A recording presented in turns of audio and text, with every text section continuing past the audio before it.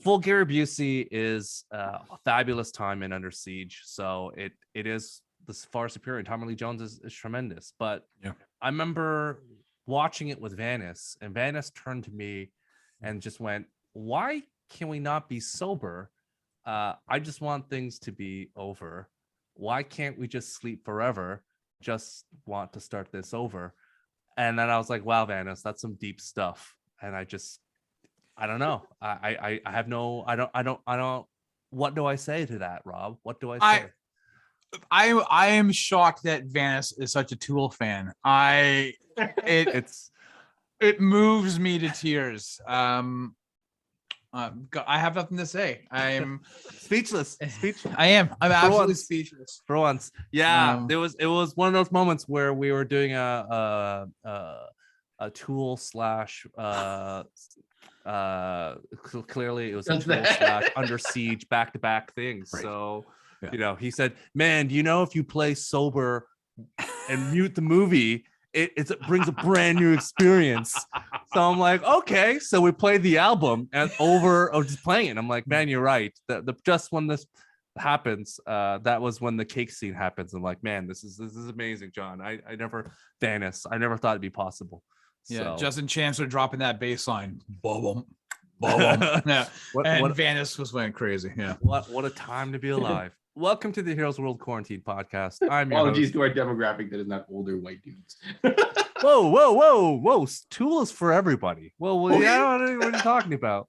I'm gonna look up lineup to buy Tool tickets and see what the picture shows. Whoa, John, you just gotta you Rob right there front center. Here's the thing. This is why Vanis, he opens his mind's eye and he knows good music. So he knows that Tool is where it's at.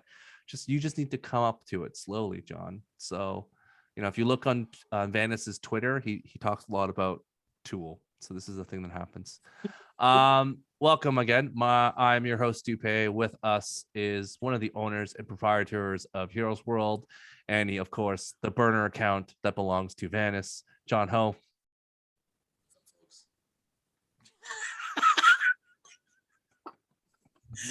Swing and a miss. Oh, Vanis. And our resident mischief, Prince of Mischief himself, Mr. Rob Cadet. How's it going? It made me think of Bob Uecker, in Major Leagues, just a bit outside.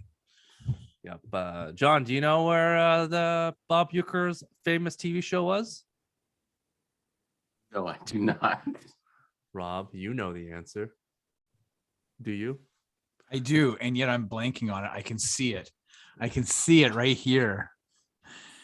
Had a butler in it. Mr. Belvedere? No, it wasn't. Oh, it was Mr. Belvedere. Yeah. There we go. Yeah. Mr. Belvedere. He was the father? Sorry? He was the father. Father? Yeah. Okay, Mr. Belvedere, of course, those who don't know, the young kids back home, Mr. Belvedere was a butler from Buckingham Palace who somehow gets removed and moves to America. Is the song "Come and Knock on My Door"? No, that's something else, right? That's Three's Company. That's Three's Company. Yeah, okay. Belvedere was like the music playing. Yeah, it's like, and Bob Uecker would be like, Belvedere, like that. Give me a beer. There has been a wonderful long line of British butlers from Jeffrey from Fresh Prince of Bel-Air, and the other actor who was in The Nanny, and I forget his name. Fran Dresser. No, she wasn't the butler though. It was the British guy. It was a British butler. I'm just saying, there's a fine line of like funny, and he played Moriarty in Star Trek Deep Space and TNG. I do remember that. Yeah, and I already forget. I'm gonna figure it later. Anyway, side note, are you guys gonna watch Bel-Air when it comes out? That new show? No. I'm actually quite interested. I'm interested. I'm kind of on board. I want to see what it's all about. I think, I want to see the Carlton spin. The Carlton character looks. Listen, SNL did a fantastic spoof on that called Urkel. They did like a reimagining. I want to see that too. Get Julia White back on, man. Oh man. The butler was called Niles. I knew it was Niles. I knew it was Niles because I was thinking Niles. I'm like, is Niles the same as in Frasier? Yeah, right. And I was like, is it? Am I right? I'm like, no, I'm right. Anyways, welcome to Old Guy Corner, talking about the TV Butler shows episode. The Butler did an episode. The Butler did.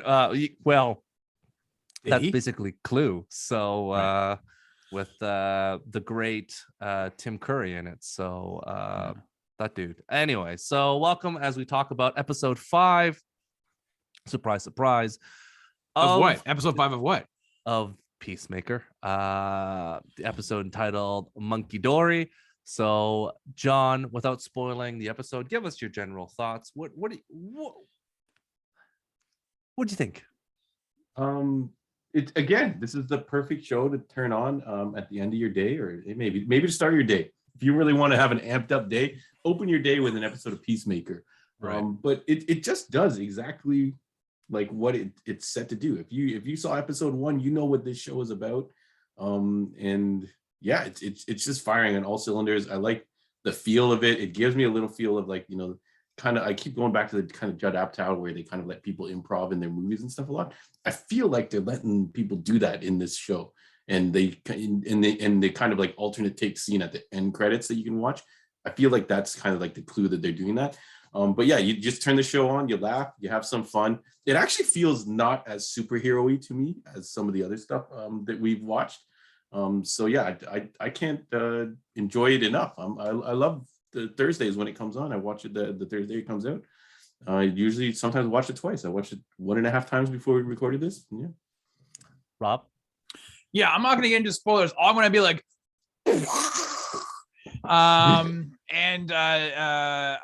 once again, hitting on all cylinders on its humor. John says it reminds him a lot of the Judd Apatow stuff. I'm going to tell you, for me, a lot of the dialogue and the conversations that happen remind me of early Kevin Smith stuff. If you go back and look at Clerks, even if you look at Mallrats, a lot of the discussions that we would have in a comic book shop with each other, or friends hanging out at a coffee shop or whatever, you get, when it's guys, you get into that raunchy stuff, you're talking about superheroes.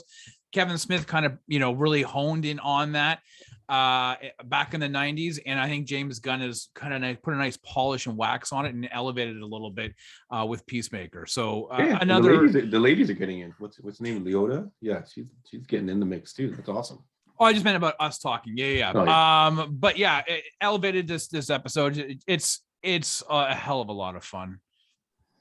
Yeah, Abby Bio is, I think, the character, John, that you're talking about, right? Yeah, I think her last name is Adebayo and her first name is Leota, and they always call everybody, I guess, by their last names. Yeah. So I find a hard time picking up. I don't know if you guys watch it with subtitles on Crave. Crave's subtitles are whack.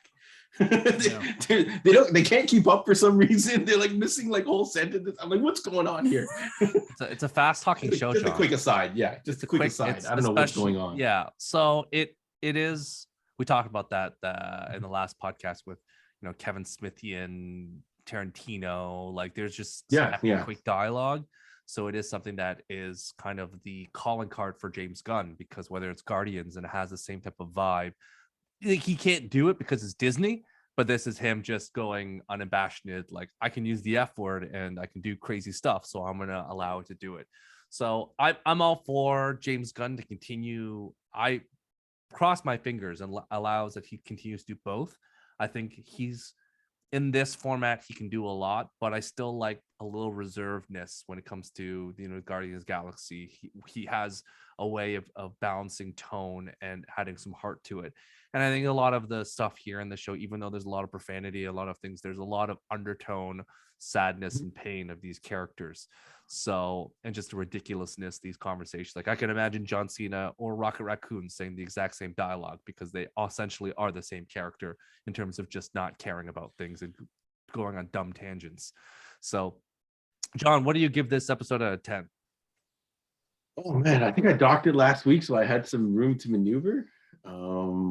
And I think I'll leave it. That's not how individual weekly episodes work, John. When you're reviewing things, you don't dock something last week to give you wiggle room for this week. Yeah, well, I'd want to, John's trying to bell curve it, Rob. Leave him alone. It's only been 2 years we've been doing this. I'm sure John will figure it out eventually. It's still great. I'm going to reserve my 10 out of 10 for the episode that really just kind of blows my mind. So I'm going to give it 9 out of 10. It's great at what it's doing. Rob? Yeah, I'm trying to think.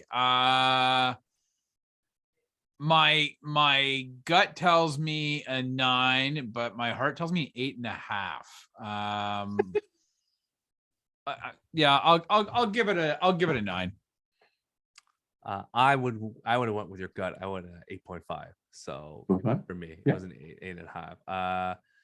We'll go into full spoilers because there are things we need to talk about, and I think the reason why I push it so up was the Guardian character, but we're gonna go to that. So if you haven't watched the episode, pause, come back. If you have, we're going full spoilers. So let you be warned that we're talking about that. But the Guardian, when they're like, "Oh, here's our Guardian," I just was dying of laughter when that whole happened, because the moment when Vigilante is like brings out the chainsaw and just going full out, it's like, let's do this. And it's like, what are you doing? It's like, we need to be ready. It's like, why do we need a chainsaw?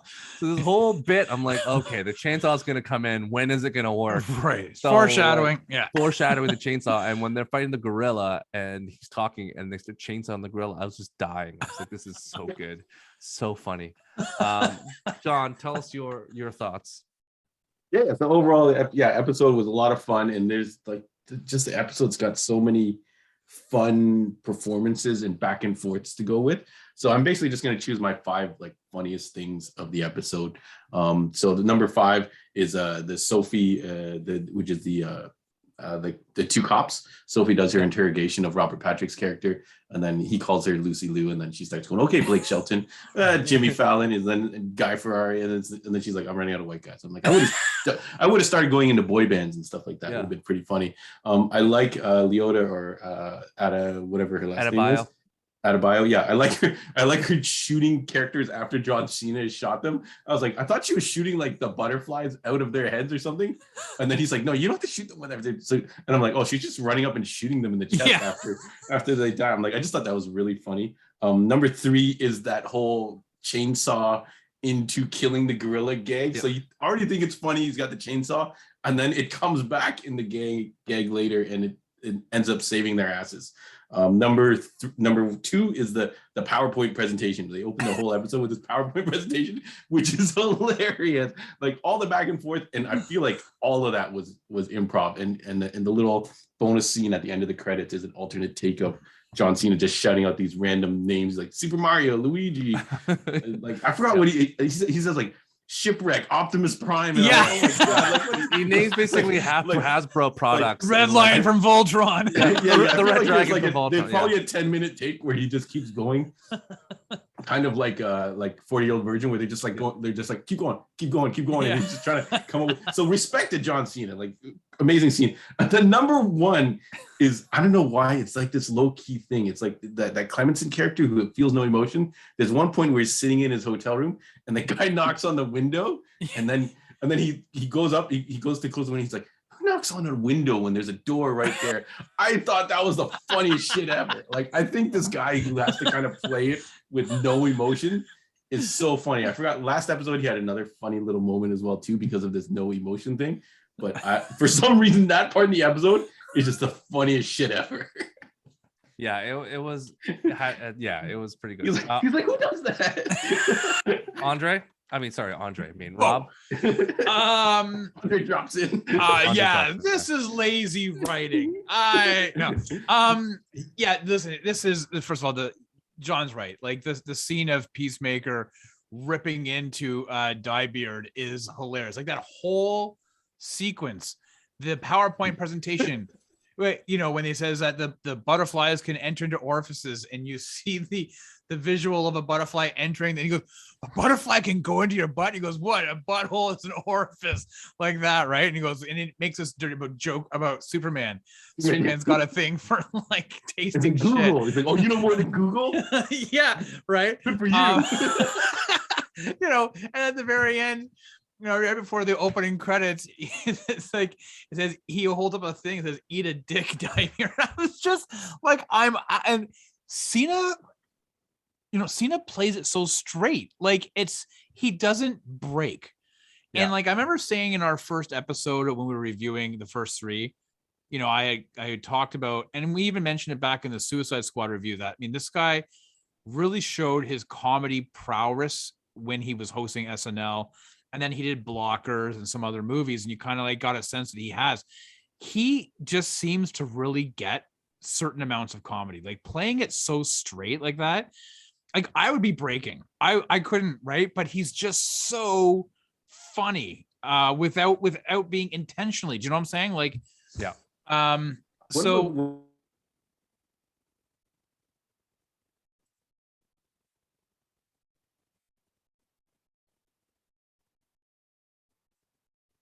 one of the so you know, I went at the beginning. I mean, like this was the most gratuitously violent episode out of the 5 that we have watched. You know, like there was, you know, heads were exploding with shotguns and everything else like that. He has a new helmet that was an X-ray helmet, which is really cool. Well, I think you they know, talked, that helmet showed up in the episode before where he was like X-ray helmet, and he just took that helmet and threw all of them. Right. Yeah. He took them But all. Yeah, that was great. yeah, and then he grabbed them all. This show does an interesting thing where it usually you have cut scenes when they're like, okay, we're formulating our plan, and then all of a sudden they're at the place to enact their plan. But instead of doing these cut scenes, they're showing the middle section, and they're in the van and they're talking about Hanoi Rocks, like these 70s and 80s glam metal band. And you start to see loving that shit, Rob. No, but you start to see hardcore like start to really see like them as a team, like they're gelling as a team. Like she takes a photo, and it's like moments like that you know, Gunn slows it all down and allows us to essentially, we are in that van with them, watching and partaking in this humor. It, you know, listen, guys, we've been locked up for a couple of years, but it reminded me back in my younger days of doing a road trip with my friends and having just like shit talking and having a fun time. And I felt like I was there again. You know, and then you get to, you know, him taking whatever her name is back to his crib. And she's like, you're not going to try to fuck me, are you? And he's like, what? No. Well, like, it was just so funny. Right. And like, you know, the interaction between him and her, like they have a great chemistry together, and he's all trying to get, you know, with hardcore, but you could tell he has a very good chemistry with this actress. Yeah, they had that whole finger joke, the finger bang joke. Yeah, the finger bang. He's like, just fall off and stuff like that. Yeah. And he's like, yeah, and he goes, I forgot women use fingers. Like, it was just, so yeah, you're right. They fill in those little gaps. Like I think they play paper rock scissors to see who goes with vigilante, whereas normal shows would just cut and go, right. Oh, you know, this person's going there, this person's going there. They show that little scene. But you know, Stu was talking about, you know, with vigilante with the chainsaw, but it's not just like, oh man, like he's like a child. He's like, oh, come on, like he really wants to. And then to see at the very end, they've all kind of have their own moments of self-reflection or being by themselves. Hardcore's created a WhatsApp group, and Vigilante's back waiting tables at the restaurant. And I'm just like, it was just so funny to me. I mean, this show brings me such immense joy. I cannot tell you. I love Thursdays for this. Like, I grew up on the TGI, or what was it called? Must See TV Thursdays with Seinfeld and everything else on NBC. This for me is my favorite. I love Thursdays for this show. It's funny because, you know, this episode, they, you know, had the team PowerPoint presentation. They do we're going to go together and work as a team, and they had the action sequence. And at the end, where John Cena is having that like a really decent conversation with Abibayo about like, hey, you know, you're not a bad person. Like, you just stop doing the following things and like people will like you. And it's like, and he just, I guess it's the way that he was raised. Like even the whole beginning where he talks about how he nicknames everyone based on their penis. Like, right, like, yeah. Like this whole thing, I'm like, of course, like you were that guy in high school that just like, this is the way that you did things. And he was like, why everyone's bullying me because they're calling me a bully? And I'm like, yeah, okay, yeah, this is how it is. You were looking at their penises. What else would I be looking at in the shower? Their towels? It's ridiculous. Like, So this is one of those things where you kind of laugh about the situation, and you're like, Aren't you going to talk about Charlie, Stu? I think none of us talked about Charlie, or what was his name, the guardian angel. Yeah, I was hoping he would be something else, but yeah, when the gorilla shows up, I was just it was really well done. So Do you think it was a guy in a suit? It looked like a guy in a suit, basically. I think it was just CGI, a really good looking suit. but they No? spent I think it they was spent some CGI. money on it. This is Yeah. not Gorilla Grodd And Flash. This is they Yeah. had some money to burn, so Yeah. it was good that it worked out that way. But I thought the little things, John, like you mentioned before, where he was like, I have a door, like what's like all the little things in this episode that it just lingers just a teeny bit longer than you expect. Everything Mhm. lingers a teeny bit longer, even when at the end of the episode, like near the end, when Vigilante's like, man, when he took that chainsaw, it's like, whoa, and then John Cena's like, yeah, leave it, Thimble or Like, you whatever. could Like, toss it to me, and then I could have done the chainsaw. Yeah. It's like, Yeah, I like- always wanted to do that. like because it's like one of those things where it will even because that John Smith Peacemaker slash like Diebeard, like that whole dynamic of like they don't like each other, and then by the time that happens, they're all like high-fiving and like, you're the best. It's like, you killed that guy with a chainsaw, and, then, and it's like a simple murder brings everyone together. So clearly Graphic. That was graphic. as a team building experience, if you can murder someone as a team, then clearly that's all you need for corporate building success.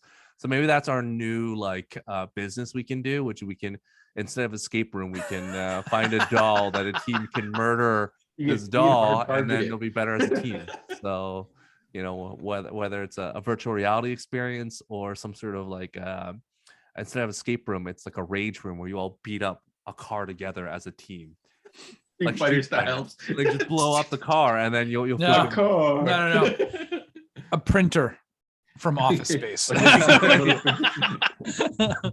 Yeah, but that's a one person gig. You No, need- remember the three of them? They took the printer out, they threw it Yeah. into the field, and they started kicking it and beating it. Like, that's what we need. That's all you need. That's it. More about So cars. yeah, So again, shout out to Steve Agee, who just does some really good stuff as always. Economist. it is so hard funny. to be, clearly you're the comedian, but you have to not be the comedian on the show Right. because it's there's a lot of people trying to do stuff, and if you're too far into comedy, then all of a sudden the show doesn't work. It's a little too far. So John, what do you, as we're slowly moving towards the end of the series, where do you see these butterflies going? Do you see them being good? Do you see them being bad? What is your prediction? Because I feel like they're clearly bad because they basically snuck in a whole zombie kind of element, because that was basically like a zombie fight in the factory there. Yeah. It actually reminded me, I think one of the Resident Evils is like the people at villages are taken over by some plant or parasite. So it's like they basically just took that idea and What do you mean, Resident Evil Village? Is it Village? No, I think it was the first one that was like 2 players. I want to say it's Resident Evil 5 or something like that. Whatever. Well, the new but they one weren't is zombies. Resident Evil Village. There was something else. So they've kind of like taken that, but it does feel like Young Justice when they had these kind of copycats drop in, when they were like, oh, this pop singer and this star died, and they found remnants of these alien things in their heads and stuff like that. I'm really worried. I hope that Body Leota snatchers. doesn't. Yeah. I hope Leota doesn't die next episode. I assume it's going to get worked out, because I was, when they were starting to groove together, I'm starting to get worried for this team. But I feel like this is not called the Suicide Squad, so I feel like they're not going to kill everybody. But you never know with James Gunn. So, yeah. Rob, what are your thoughts before I chime in? On what was it? The On what? butterflies, good or bad? What do you think the direction? Yeah, I don't think Adebayo is going to be killed. I think she's going to be held. I think that they're there for a purpose. I think it's going to end up being, in their mind for good. So we'll see what happens. It is listen, admittedly, like I understand that they need to have that as a plot for a reason as to why this team exists and what they have a mission for. But it almost sometimes feels a little bit like it's secondhand, right? Like it's almost like the B or C plot of the show. It's more of their interaction and their understanding of each other. It seems to be more of the drive of the show than it is the chasing of these butterflies, right? It just seems to be it's interesting that that's not the main focal point, right? Like that's what's driving them to get to the next stuff, but it's not the focus. You know what I'm saying? Like it's interesting. It's interesting how he's crafted the story. So I don't know if they're going to be good or bad. I'm assuming they're going to be good. I think it'll be, but we'll see. I feel like it's going to be the very typical, like, they're evil, but Morn is good. Morn's like, listen to me. I'm not the bad guys. They are bad. Like, I want to get rid of them too. Like, we cannot have them here. So I'm here to help you kill them. But yeah, trust me, I'm not the bad guy. And then that's one trope. And then it could be the flipper who's like, haha, like Gremlin. I am the bad guy. So Like it is, one of those things where it could flip on a dime because aliens in the DC universe, either they're super friendly and nice like Superman, or like Starro, just they're kind of hinting because John Cena's got one in a jar, right? And it seems like they're kind of hinting that they're not all evil.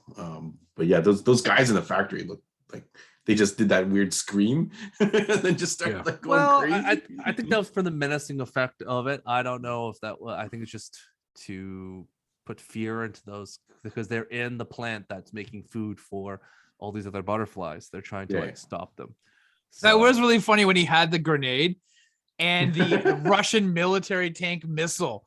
Yeah, and he's like, I just made this morning. And she's like, why not just a grenade? And he's like, grenade just good for 2 people. Yeah.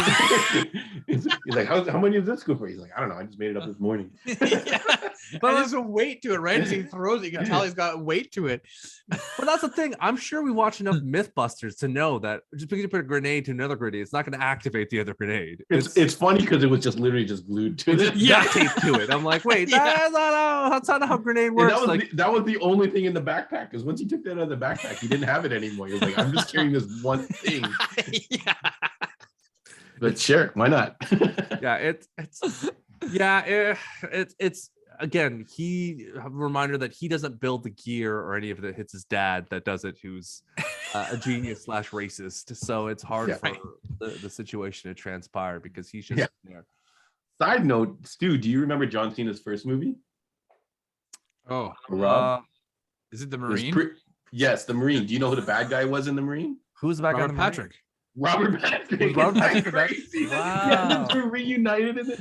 I remember because I actually fired up the Marine the other day just to watch it because it's old school. It's hilarious. You should definitely watch it again. It's so funny. I know what? I've been watching a lot of your Van Damme movies. I think I'm not taking any. I'm not taking any advice from you. on watch movies. It. I think it's on Disney. I think it's on Disney Stars. If you want to watch some old school things and see where John Cena has come from, the Marine. All right, understood. It's yowza. I just have to sit there and just laugh because the show is can take us on a bunch of weird paths.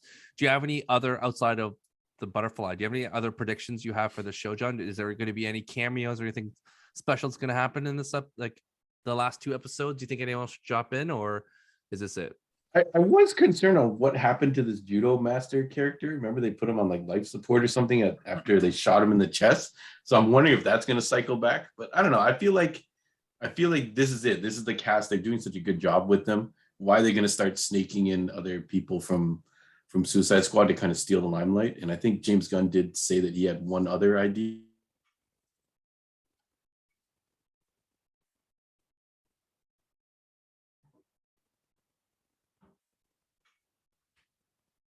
Or something like that. So we'll see. He's such an obscure character that like I don't know what they're gonna do. I think they just dropped a comic book. I don't know if it's a tie-in, but Garth Ennis just wrote a comic book one-shot for him. So I guess they're actually providing some history for this character. So we might see a lot more of them. But yeah, I don't anticipate any other cameos. Yeah. I don't know. I was just checking. It's 8 episodes. The final episode drops on the 17th of February. So we have 3 left. I honestly have no idea where this is going, and I'm totally okay with that.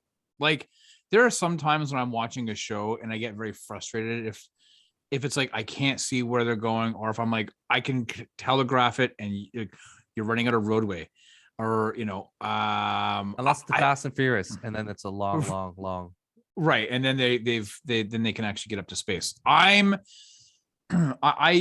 don't care where this goes because I'm just so enjoying the ride that I feel like I'm happy with how it's going and progressing, and I like to be surprised every week. I just don't know how things are going to go, so I'm all for it.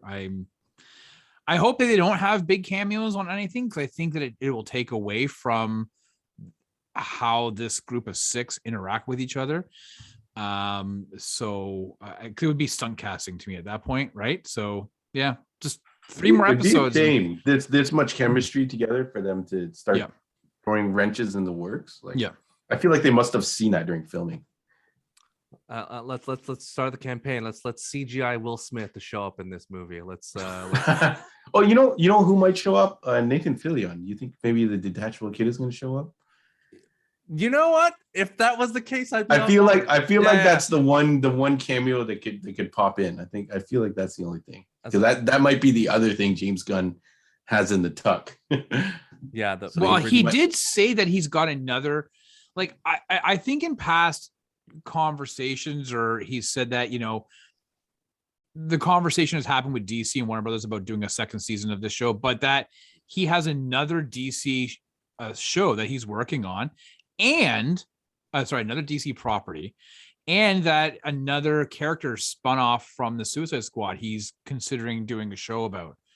So you just never know with that guy, right? I mean, I think he's in his early 50s, but his head is full of ideas and stuff like that. And he might be this moment might be that gold mine for him, where he's just churning out great projects. As long as he doesn't mind continue to film Vancouver. So that's pretty much either that or Atlanta. Right. So he has not many options. Anyways, John, where can we find you on the internets and in the desert of the real?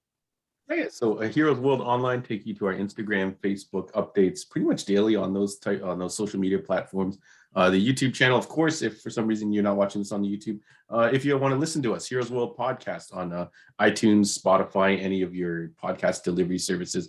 If any of them offer ratings, which Spotify and Apple do, please help us out. Get us in the algorithms, give us 5-star rating, write us a little review. Even if you're watching this on YouTube, give us a follow on the podcast services. It's free, so it helps us kind of get found out in search engines and stuff like that. In the desert of the real, 8601 Warden Avenue in Markham, Ontario. Big store, big plaza, lots of fun stuff in there. In our store, as well as the plaza, you can go get yourself some cookies, get yourself some bubble tea, McDonald's, wash it all down with whatever you want. So check us out. Tons and tons of stuff. Thank you very much, everybody, for always sharing and supporting. Rob, what's going on in the Sidekicks show on Monday? Well, listen, if you're a fan of this show, I'm sure you've been listening to the Sidekick Show, and we've been doing the 90s action bracket, 1990 to 1994. And you may have noticed that somebody had fidgeted with the bracket and put a whole bunch of Jean-Claude Van Damme movies into it. Well, let me just tell you something. This week we have because you could not separate each of the Seagal movies. Oh, and the Van Damme ones can be separated. Get out of here. This week I can describe each movie. This is what happens when you allow Vanis the password to the system. Vanis Van Damme. Vanis does stuff to the system, so you have no one to blame but yourself. You need better security. Cletus Van Damme. This week we are reviewing the winner of the 90s Best Martial Artist actor, Steven Seagal, in his probably the best movie that he had made, Under Siege, up against Toy Soldiers. A bit of a sleeper poll from a lot of people who wanted this movie to be included. If you don't remember Toy Soldiers, hey, guess what? It's on the CTV movie app. It's completely free, a bunch of ads. Go check it out there. Under Siege is on Netflix. I highly recommend you check that out, just for the greatness. For our convenience. Yes, exactly. Thank you, Netflix Canada. And then you can listen to John and I debate this, which is not going to be much of a debate because we know who's going to win. Monday, 8:15 on YouTube, Twitch, and John's Twitter account. So definitely check us out there. Thank you so much for watching. V for Vanis. Watch out for him on the streets and his burner account. So if he starts commenting, just be nice to him. Be kind. Thank you so much. Have a wonderful V for day. Vendetta. V for Vanis. V for Vanis. V for love. of the vigilante Vanis. Vigilante Vanis. We're gonna keep on going. It's gonna be a lot of options that we're gonna talk about. This Triple gimmick, V. Triple this V? gimmick will never die. However long this podcast exists, Vanis will exist. So here we go. You're giving this a lot more minds than it deserves, but hey, if you guys like it, I'm down. I think Rob and I love this, so it's gonna go on forever. So, anyways, Vanis out, people. See you later. Bye, everyone. My name is Vanis. No one knows that song. It's Weezer, damn it. Weezer, Come on. Come John. Vanis. We'll go back to I know Tool. Buddy Holly. Next week we'll go back to Tool. Thanks. See you. Bye, everyone.